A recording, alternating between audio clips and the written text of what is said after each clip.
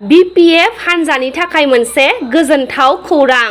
2025 मायथाइनि BTC बिसायख'थियाव 16 नं निसिमा BPFनि बिजाथि जेम्स बसुमतारिया देरहासार जाबाय होनना खौरां मोननाय जादों।